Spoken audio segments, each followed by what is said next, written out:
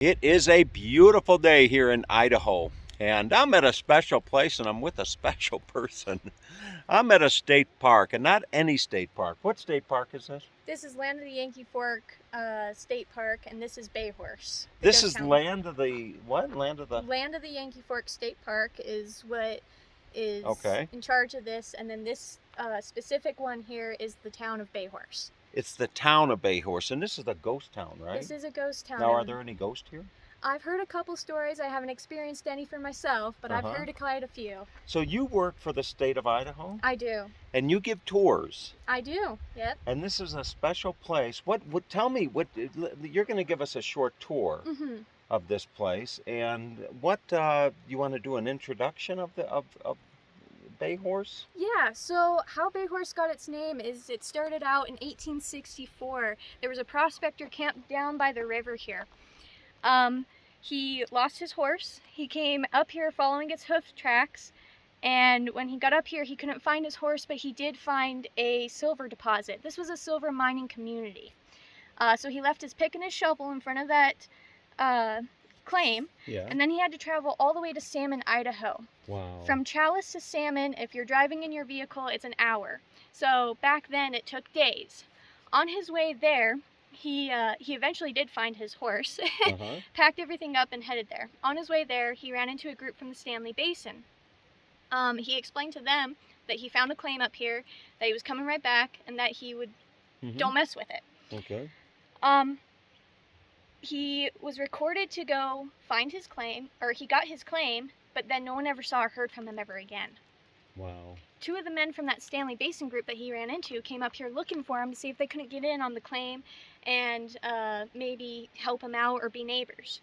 They couldn't find him or his said claim, but they did find their own, moved their families up here, and eventually the word got out that there was silver in this canyon. They were going to name the town after him, but they couldn't remember his name. But they did remember that he had 2 bay horses. Okay. And that's how Bayhorse got its name. Fantastic. It ended up having a population in the 1870s then of 300 people. And that was just inside the town site. There was about 400 more on the outskirts. Wow. So yeah. Chandra, it's obvious why they picked you to come up here and do this.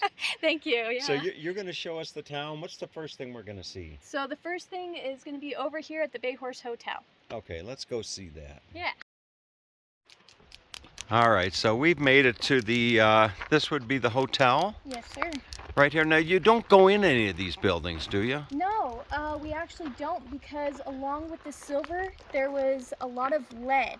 So we've put these fences up for people to not be able to cross, so they're not kicking up the lead. Okay. With the lead also came a lot of mercury and arsenic, so it's a lot of heavy metal toxins that we just don't want people kicking around. Wow.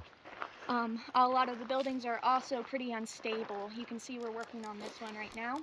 So this was the hotel. Isn't that interesting? This hotel was owned and operated by a woman named Sarah Jane Archer Vance and her daughter Agnes. Agnes, okay. They owned this one, and they also owned the Nevada Hotel, which is no longer here, but it would have been right here in the middle where you see the 1920s building. That 1920s building was a residence, then it was a restaurant, and then it was a residence again. Wow. We had a lot of people up here during the Great Depression era. Look at that. Just amazing. Just think of all the history that went through here. History too. And then this building over here, the remains of that is the Michael Sargent Mercantile. Over here? Yep, that's what that is right there. The what? Michael Sargent Mercantile. There'll be a plaque right over here that shows you a picture of the Nevada Hotel and what the Mercantile used to look like. Wow. Now the Yankee Fork State Park, how did that get its name, Yankee Fork? Do you know? It's kind of an odd name, isn't it? Yeah, there's the Yankee Fork to the Salmon. Yes. Okay. Yeah. There's the Yankee Fork, so that's probably... It's the creek that runs into the Salmon River there. So, wonderful. And there's the picture of the Nevada Hotel, and then the Mercantile's right here in the bottom right corner. The Nevada Hotel is this that we The- just looked at? The Nevada Hotel would have sat right Oh, here. okay. And I have no idea what happened to it, if it burnt down or if they just kind of took it apart and So used that it would on have other been- buildings. That would have been the Nevada Hotel right there. Look at that. Wow. Those were probably the good old days, don't you think? Yeah. Are we They were- walking any further? Yep, there's going to be one more building down there that I have a good story for. Oh, wonderful. Let's go check it out. All right, on our way down to the space that Jandra wants to share with me and tell a special story, I see this, and this would be the remnants of an old cabin, huh? Yep, one of the first. One of the first cabins. Look at that. The cool thing about it, though, is the brick chimney. They didn't haul that brick from any city. They made that brick up at one of the Bayhorse lakes. There is a No historical kidding. site where they had a brick kiln on the back side of that lake. Wow. Isn't that something? All right, let's go down and see this other special place here. All right, if you ever heard the song Down on Main Street, this would have been Main Street, Chandra was just telling me. And this is the special building that you were going to tell me a story about. What's so special about this building? So this was Charles Baker's residence. Charles Baker was an engineer and a corpsman during the Civil War. When he moved up here after the Civil War, he was an engineer for the mill that we'll get to later. Charles Baker had just a one-story little cabin until he met Agnes. Agnes was Sarah Jane Archer Vance's daughter. Okay. He met and courted her and eventually got married. Word later got out that he was a corpsman, which in today's terms would be an EMT. And he was the only one in this town that knew anything about medical knowledge. Mm-hmm. So he ended up having a lot of pregnant women, injured minors, sick kids in his house all the time. If I was Agnes, I wouldn't be real thrilled with that in a little one-story cabin. Yeah. So he eventually added to the back, added a front porch because it's healthy for his patients to have fresh air in a nice enclosed area. Then he also added the top story with the stairs going on the outside instead of traditionally on the inside. So their living quarters was upstairs and the clinic was downstairs here. Wow. Charles Baker, later on, they ended up having a daughter, but at the age of 2, she died of an unknown disease. Really? About 1907, I believe I read somewhere, is when they later on moved to Mackay, Idaho to restart their life. Wow. And I do believe I read somewhere else that he later on became Idaho Senator. Really? Look at this. There's a door up there just coming down onto the roof. Yeah, it's pretty Isn't that cool. something? So, Chandra, what's your background? Did you study? What's your background? I grew up in Chalice my whole life. You did. You're Yep, from this Mackay- area. Mackay and Chalice. I have a lot of roots. I have a lot of ties to Uh-huh. family histories in Chalice, Custer County in general. Wow. I grew up homeschooled. Uh-huh. I love history. This is not my dream job, but it's No. definitely been one of the best jobs I've ever had. Yeah. How long have you And been doing it? This is my first season. Really? Yep. Wow. I mean, I grew up coming up here. I grew up exploring the ghost town and going up to the 2 lakes that we have 4 more Uh-huh. miles up the road here. Wow. So, yeah. Wonderful. Is there anything more down here? Just another cabin. The Okay. design's pretty cool. Just another rock foundation. What's this here? That was an old generator cart. Oh, okay. Yeah. Look at that. They were very ingenuitive. Fantastic. All right, so now we're going to go look at what? So that barn right up there, Uh-huh. what's Okay. neat about it is the tin roof is actually recycled tin cans, tin crates, oil cans that they flattened down and smashed, and then they nailed it to that roof to waterproof it from the horse's hay getting moldy. So Wow. that's pretty neat. Very nice. And All then you right. can picture this whole main street just being lined with more buildings. Isn't that something? All right, let's go. Let's go up. What's the next stop? Up there towards the Wells Fargo. Okay, the Wells Fargo. Yeah. I used to work for Wells Fargo. All right, Cool. let's go up there. Here's another view. You can see the tin roof. Isn't there a song? The Love Shack, right? Isn't it the Love Shack where they end the song saying tin roof busted? Oh. Huh? Maybe they came here and they saw this. Look at that tin roof. This actually collapsed in 2016. We had a really bad winter. Did you? Wow. All right. All right. Well, Carlo Panettiere might be thinking that's a dunny. That's actually a root cellar right there. That's where they would keep all the, it's a pantry essentially. And Jandra pointed that out to me as we're finding our way up to the Wells Fargo building. And then this creek right here is the Beardsley Creek. It's dried up right now. Uh-huh. But if you kind of look up Beardsley Creek, there's where the pine trees start. That was the old Chinatown. Chinatown burnt in May 14th, 1889. Nobody knows Where was the Chinatown? cause. Right where these pine trees start, right in there. Yeah. Nobody knows the cause of it, but it burnt all of Chinatown, 2 residences, which you can see the stone foundations to, a dance hall, and a stable. Wow. It was a devastating point. And then this is the Wells Fargo. The Wells Fargo, okay. So, stone building. Yeah, 2 men, Gilmer and Salisbury, were the ones that kind of saw to it, and it was more of a holding place for the silver. They needed to get at least 3 or 4 wagon loads of silver before they could ship it to Salt Lake City. They would get, they were only sending 1 wagon load at a time, and they were constantly getting robbed. So eventually, they figured out how to store it, have 2 or 3 wagon loads, so there was more people, more guns, more security going, and they had less robbery. They were always shipping it to Salt Lake City, to the railroad, to ship it to the Omaha Smelting and Refining Company. Wow.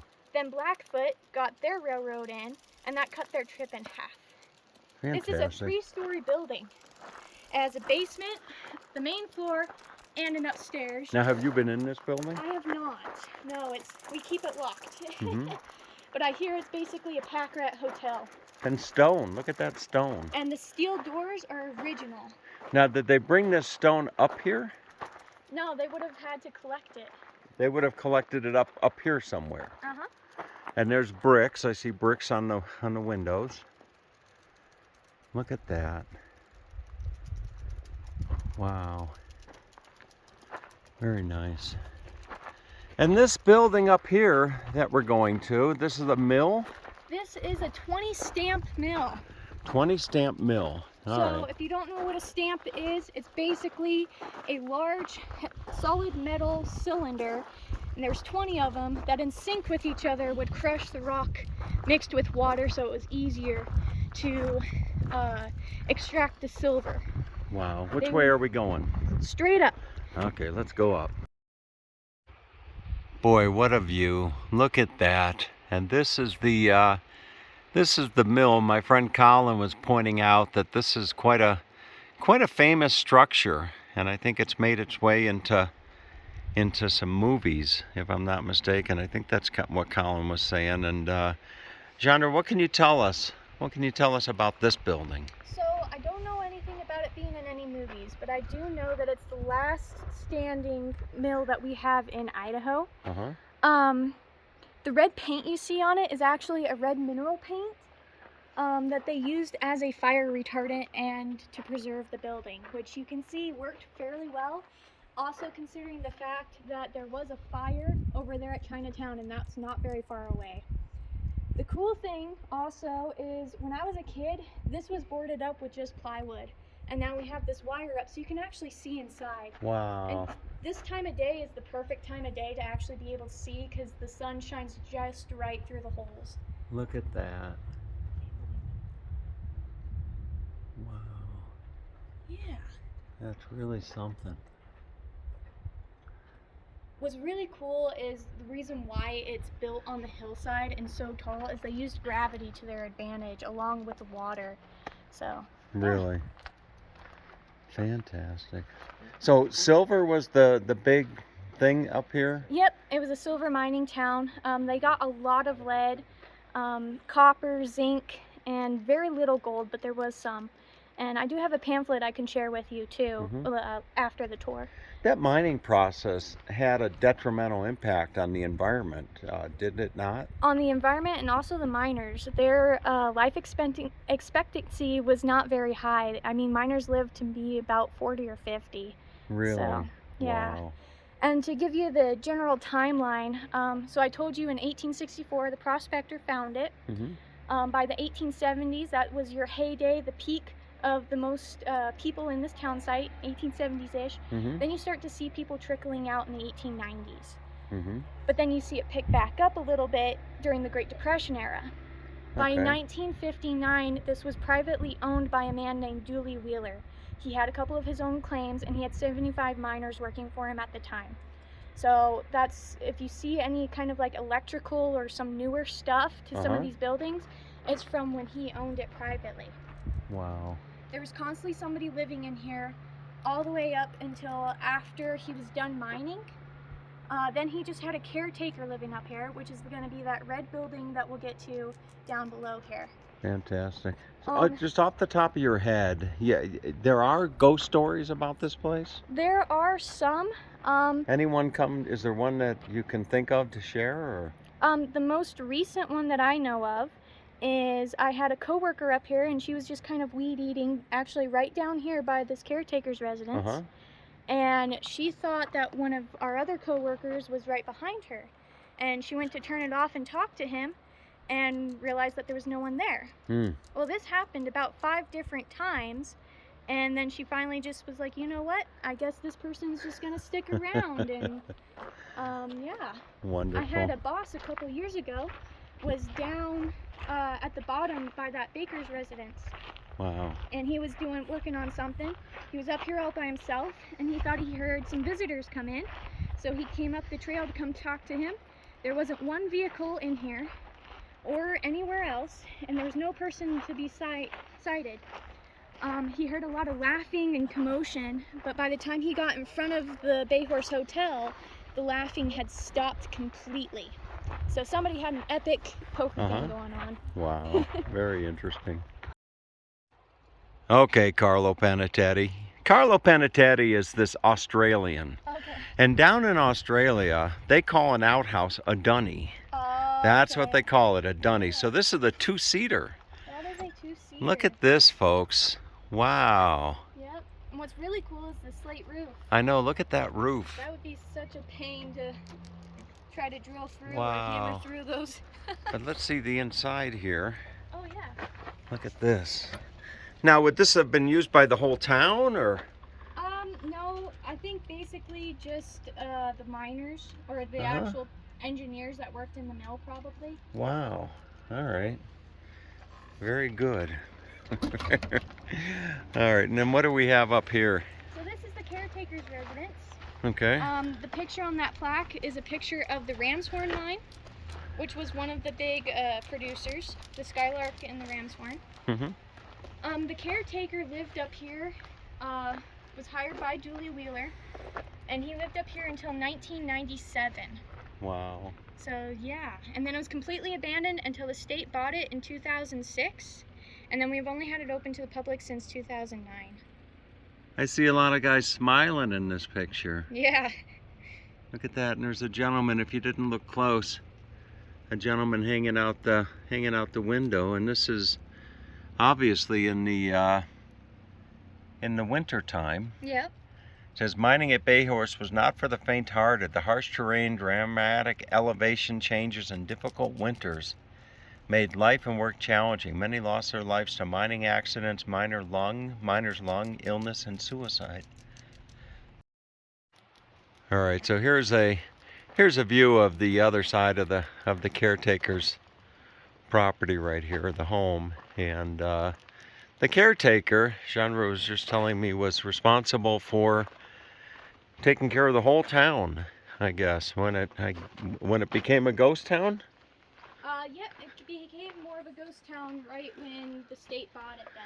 Ah, okay, I don't know if we can see inside. Maybe we can. Let's see if I can. Ah, there you go. You can see a little bit inside through the window. Look at that. Wow, very nice. All right. Anything else?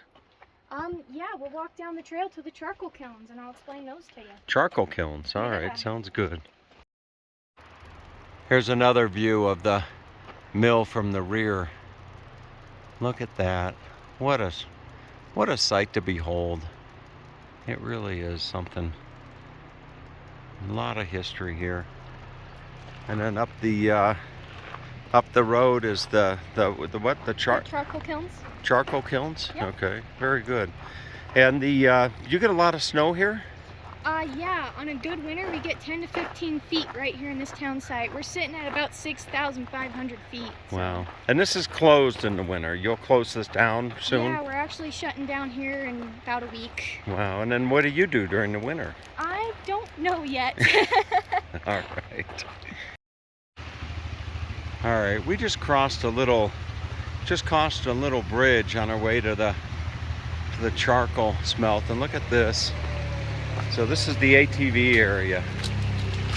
Look at this coming down. Wow. Fantastic.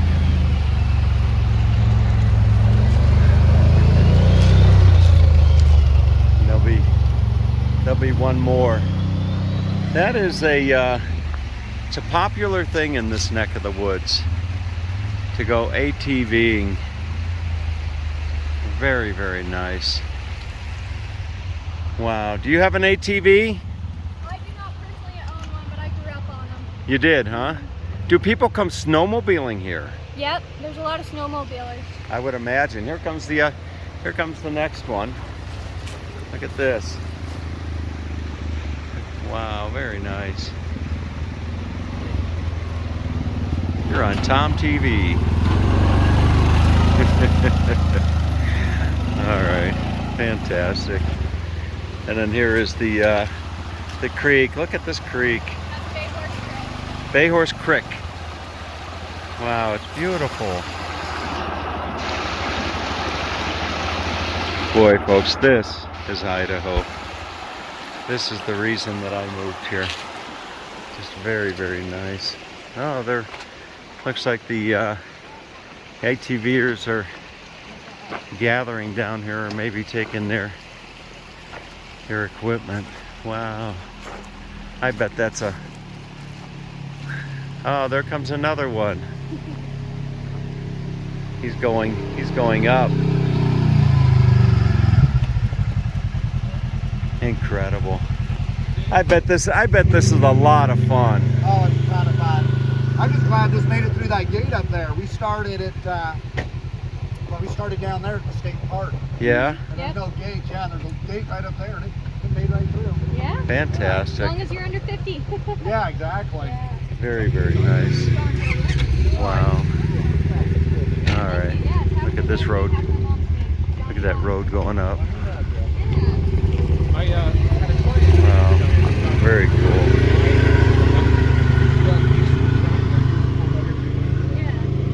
Boy, this is something I'd love to try one day. Really. Look at that ride. While Jandra talks to the ATVers, I think you call them ATVers, I'll show you the charcoal kilns, a hive of activity. Ingenuity is a miner's best friend. Improvements and new developments to mining equipment and processes make for a better product and easier day. The construction of 9 charcoal kilns in 1882 saved transportation costs and created jobs. Look at that. In total, 48 men supplied the wood and 80,000 bushels of charcoal to keep the smelter operating. The kilns were abandoned in 1895. Isn't that something? There's a nice shot there. Look at these kilns. Wow. I was just showing the kilns here. Yeah. What, if anything, do you want to share about these? So there was originally 9 of them. Uh-huh. Now we can only find or see from right here. We can only see about 6 or 7. Okay. What they would do is they would cut down logs. They would burn 50 cords of wood a day. It took 48 men to do it. And they would, on the uphill side, there was a window about the same shape as the door. And they would throw the log in through the window. When it turned into charcoal, they'd pull it out through the door and haul it down into the town where they had the smelter. The smelter was brought up here by the Omaha Smelting and Refining Company. Very nice. Yeah, that was the process of it. They Wow. eventually had to shut them down and abandon them when they ran out of trees to burn.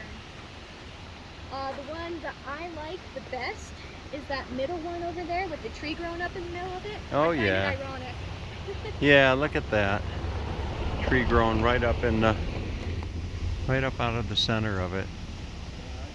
Isn't that something? Well, Chandra, thank you. It's been a joy. You're a joy. Thank you. You yeah. are, boy, you're going to make a lot of people's day when they come across this video and they have the opportunity to learn about this special place. And I'm sure that, sure your boss will be happy to see this. I hope so, yeah. Or he might not be, because now people have already taken the tour, so they might not come up here. They'll say, Maybe, well, I I've don't already know. had Well, the they'll tour. just have to come see it for themselves. So we'll see. Pictures and videos don't do it justice. All right, for sure. well, have a great day, You okay? too. Thanks. Yep.